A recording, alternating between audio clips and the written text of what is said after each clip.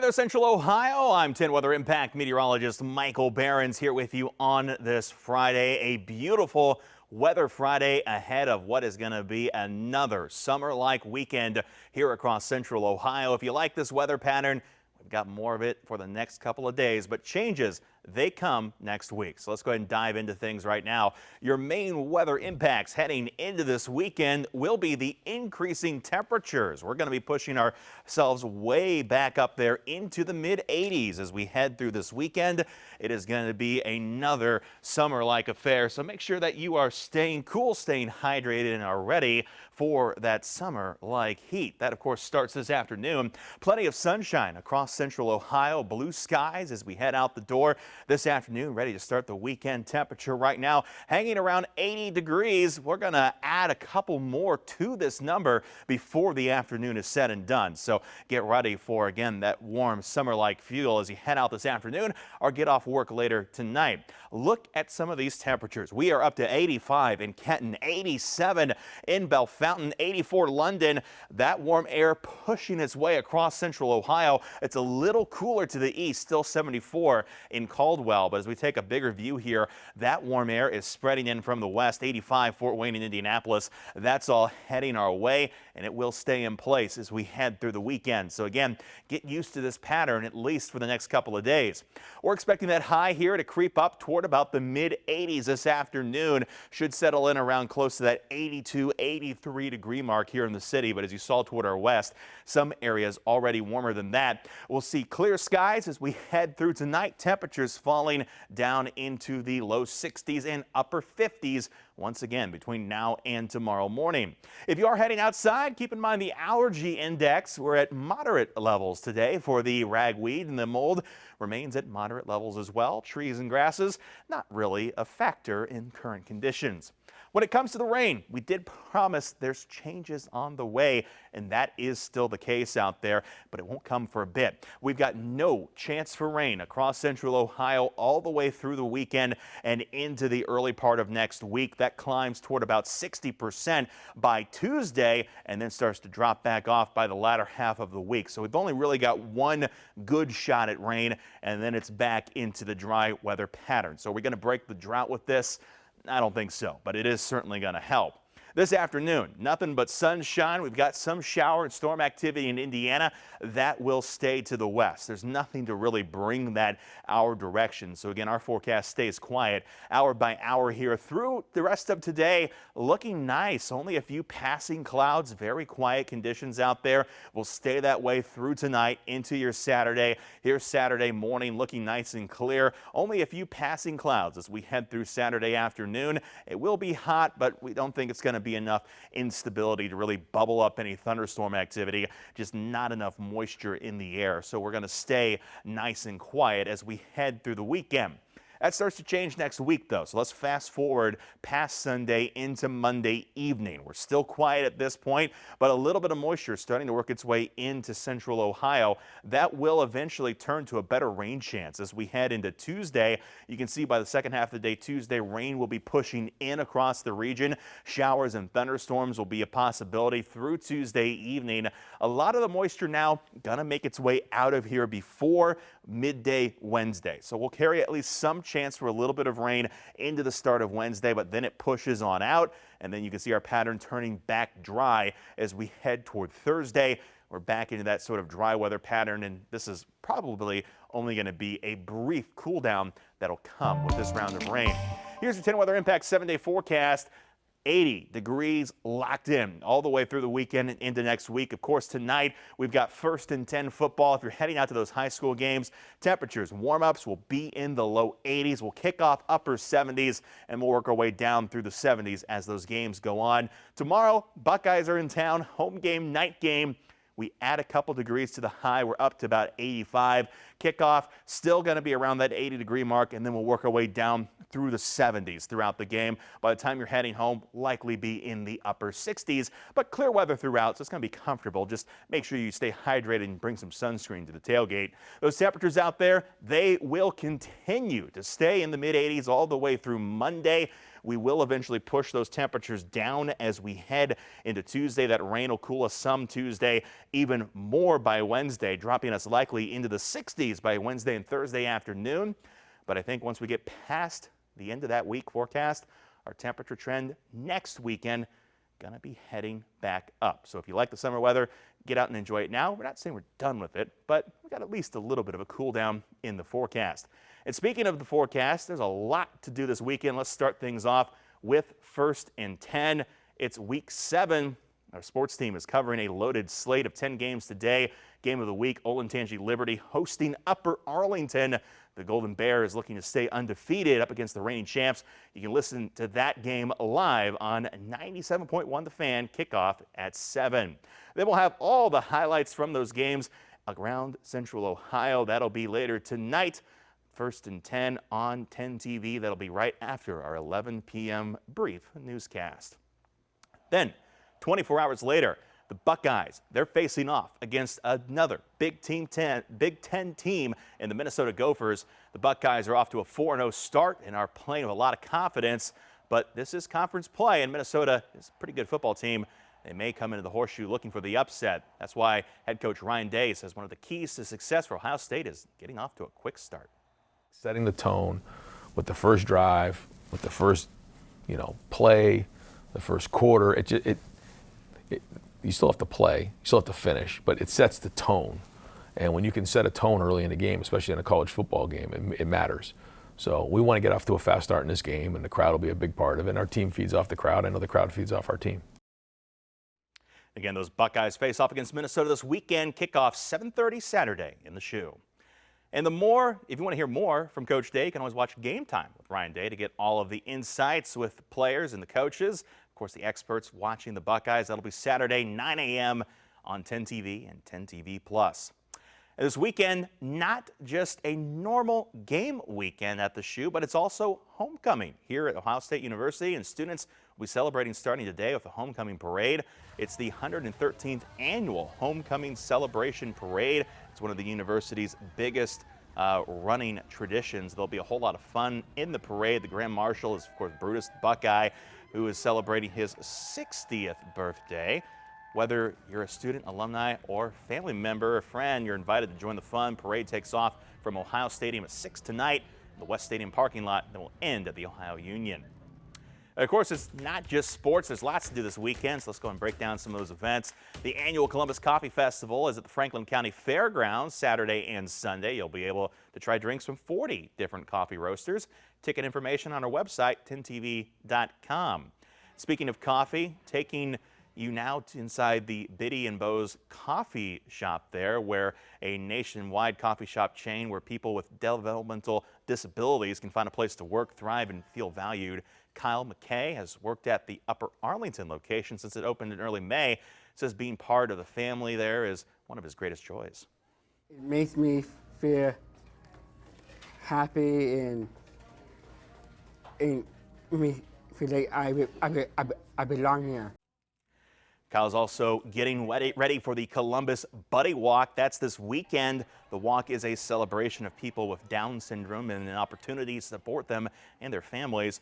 It's put on by the Down Syndrome Association of Central Ohio. It's the organization's largest fundraising event of the year. Kyle says the organization has helped him discover his own independence and is now paying it forward. Of course, more information on that too on 10tv.com. And another way to give back this weekend, and you can help support breast cancer awareness and research while you do it, is the 2025 Rally for the Cure Golf Tournament that's happening at Heritage Golf Club in Hilliard on Sunday. It's a scramble using a pink ball and benefits the Susan G. Komen Foundation. If you want to donate, link, of course, 10tv.com under featured links. And worth mentioning, our own Meredith Garofalo will be out there this weekend. And also happening this weekend, another great way to get out and enjoy the weather. Of course, raise some critical awareness, this time about suicide prevention.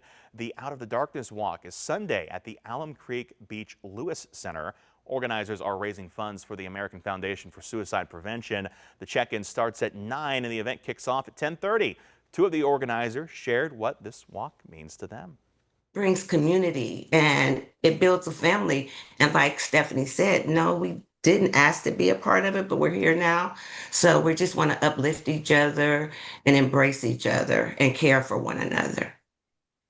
And And please remember, if you or someone you know is experiencing thoughts of suicide, there is help. The number on your screen right now, the National Suicide and Crisis Lifeline, available 24/7 for free at 988-988. You can call or text that number. Turning now to the government shutdown, how it can impact our weather preparedness. Federal grant money to help states prepare for emergencies has been put on hold. The Federal Emergency Management Agency is now ordering states to prove their population counts before they can get money. States must also confirm that deported migrants are not included in that total. FEMA says some states may be getting inflated payments because of the grant money being distributed based on population. In the past, FEMA used U.S. Census data to measure state populations and determine grant allocations. And of course, the recent hurricanes that have been in the Atlantic and near the U.S. are a stark reminder that the government shutdown comes in the middle of hurricane season. National Oceanic and Atmospheric Administration, of course, their weather forecasters and disaster response specialists are all part of the staff that will have to keep working during the shutdown. But the agencies are already weakened in some states, and the shutdown adds another layer of complexity. Ivan Rodriguez has the latest. The National Oceanic and Atmospheric Administration and the Federal Emergency Management Agency will remain open because they're deemed essential to the protection of lives and property, but employees will still feel the impact.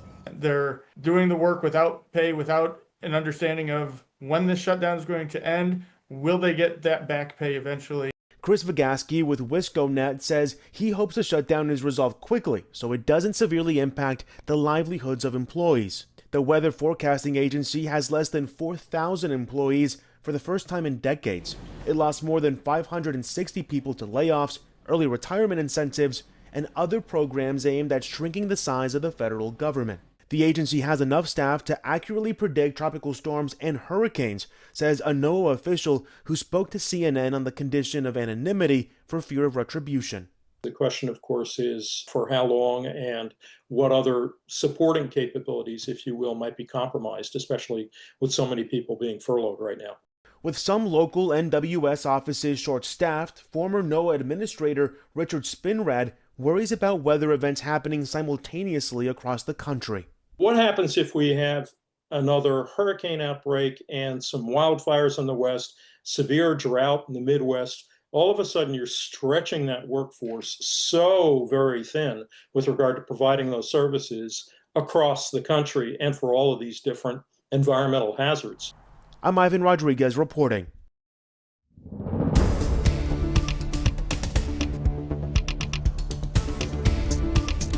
And turning now to the tropics, and things still remain fairly active in both the Atlantic and Pacific. Starting first out in the Pacific with Typhoon Matmo, a typhoon that blew into the Philippines on Friday, complicating the country's disaster response to a deadly earthquake and two other recent storms that have hit the region. This typhoon blew in along the coast there with winds of 130 kilometers per hour up to 81 miles per hour, and then blew northwestward over a largely agricultural valley and mountainous province. Residents in some flood and landslide-prone villages evacuated, schools suspended classes, and cargo and fishing vessels were prohibited from entering the rough seas in the region. That typhoon now expected to blow into the South China Sea on Saturday and toward southern China, according to forecasters. Hong Kong's observatory said that Matmo would pass by the territory on an expected path toward Hainan Island and eventually on off over the weekend. The storm is the 16th tropical cyclone to hit the Philippines this year. And closer to home, a cruise ship had to divert thanks to tropical weather. Thousands of tourists making an unexpected stop in Portland this week after their cruise ship had to change its original course. It was originally going toward Bermuda. The Norwegian Escape is one of several ships making that northward trip to avoid what was Imelda earlier this week. 4,000 passengers on board went to escape the boat out into Portland earlier this week. It was certainly an unexpected destination. Now let's take a look at where things stand in the tropics as of Friday afternoon. Good news is we're not tracking any active storms right now, but the bad news is next storm not far off. You can see that area in the yellow there near Florida, not really expected to turn into a storm, but it is a disturbance. The next big one we're watching coming out of Africa this weekend, 50% chance of development in that orange area coming up into the next week. So we're going to have to keep a close eye on that. And while we avoided landfall from the storms this week, coastal states still took a beating from our tropical activity, with 8 homes now being reclaimed by the sea. We turn to Will Thomas, reporting from Buxton, North Carolina, with the latest. Swells pulse back in, and it's very concerning. And it's hard to just keep watching it over and over and over. Another day of the relentless Atlantic Ocean battering the homes still standing on the Buxton oceanfront. A beach nourishment project and jetty repair in 2026 feeling like a lifetime away. We need to encourage those residents to sandbag and do beach pushes. That's about as best we can do right now until we get the nourishment done. Also a push from Dare County leaders and the Buxton Civic Association for help from state and federal elected leaders. One specific ask is the no hardened structure law in North Carolina to be removed. Stroke of the pen, and this is all going, it goes away. Whether it's going to come from Raleigh or DC, right now I think it's going to come from DC before it's going to come from Raleigh. One of our local representatives is willing to entertain a bill down the road here. We're having some conversation with him about introducing a bill for hardened structures. You know, we're hoping we can make some progress there. I showed Congressman Greg Murphy a video of the Buxton Civic Association member Wendy Munden saying that she feels the area here needs to be declared a state of emergency. Murphy shares this. I'm happy to look at that. I don't know that it qualifies for that. I'm interested in having that conversation, but for right now, we need to look and see what these homes are, what they're salvageable, whether they need to be taken down. For now, we're kind of having to learn how to just live with it for the time being until something can be done. Homeowners continue to be encouraged to work with their contractors on debris cleanup for the area. Cape Hatteras National Seashore and Dare County are deploying resources to help in the area on Friday. In Buxton, Will Thomas, WTKR News 3. And finally today, let's check out some new video into us here at 10 TV. This is keeping with that whole unstable land theme of that last story. Land movement, not unusual in parts of California, but when it happens, they certainly take it serious. This view from the air gives you a look at the scene behind some homes where a large section of land slid down earlier this week. Gave them a spot what looks like some backyard furniture that toppled over and was drugged down with the soil. LA County Fire says they were called out Saturday night and found that about 300 to 400 linear feet of slope had gave way, dropping 50 to 60 feet toward the coastline. Thankfully there, that did not appear to impact those houses along the coast, because that is not a situation you want to mess around with. Certainly some dangerous conditions there when those landslides happen in those coastal regions. And switching to another weather video here, this one much less dangerous than that landslide there, but still something to keep an eye on. A dust devil spinning across an empty field that was in Bastrop, Texas on Tuesday. Video captured by a passing motorist showing that brown dirt and dust swirling around up into the air and into the field. That dust devil then quickly dissipating as it crossed Highway 304 in the town located southeast of Austin. Kind of a cool video there. Those dust devils, of course, they aren't formed like tornadoes. So you can see it there at the beginning of the video. It looks up toward the sky. There's no cloud this connects to. So this is purely a feature of the heat rising from the surface. You heat that ground layer, that air starts to rise. Sometimes that air starts to rotate and it can form these dust devils, and they have been known to occasionally cause a little bit of damage. I mean, if you drive through it, you're certainly going to potentially get some minor scuffing of a vehicle because it's going to toss some rocks around, some dust around.